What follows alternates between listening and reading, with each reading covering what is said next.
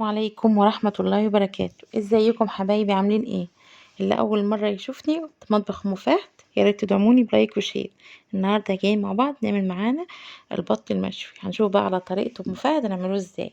معانا هنا كده بصل، طماطم قطع قطع صغيرة، معلقتين توم، جزرتين قطع صغيرة، بشر ليمونتين، ليمونتين كده طرنشات، وشطة على حسب اللي عايز حراقة او باردة.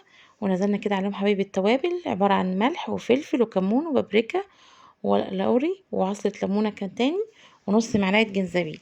هندعك بقى الخليط ده معانا كويس جدا، هندعكه كويس جدا حبايبي لحد ما يدبل معانا بالتوابل كله مع بعض كده. اللهم صل وسلم وبارك على سيدنا محمد.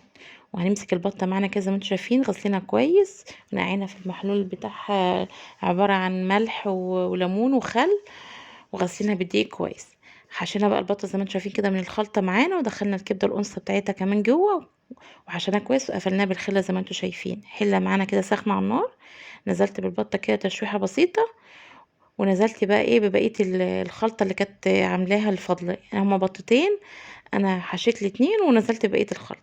يا دوبك بيتشوحوا معانا بننزل بريتل ميه ساخن مغلي ياخدوا معانا 3/4 سوا، وبطلعهم تاني من الشوربه.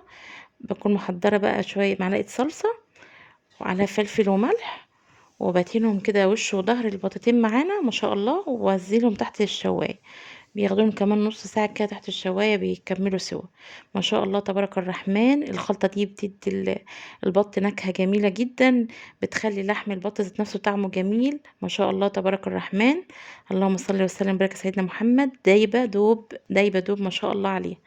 ما تنسوش حبايبي بقى لايك وشير وتدعموني.